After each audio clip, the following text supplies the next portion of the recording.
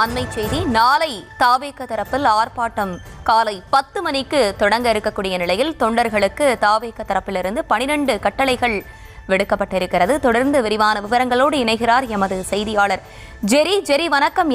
என்னென்ன கட்டளைகள் விதிக்கப்பட்டிருக்கிறது? விரிவான விவரங்கள். வணக்கம்.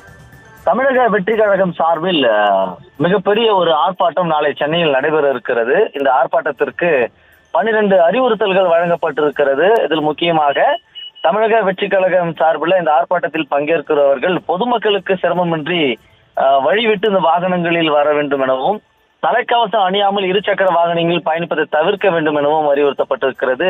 இதற்கு முன்னதாக கடந்த ஆண்டு தமிழக வெற்றி கழகம் சார்பில் நடைபெற்ற முதல் மாநில மாநாட்டில் கூட தலைக்கவசம் அணியாமல் வந்த தொண்டர்கள் அங்கே 2-3 பேர் இங்கு விபத்தில் உள்ளாக்கப்பட்டு மரணம் அடைந்தனர்.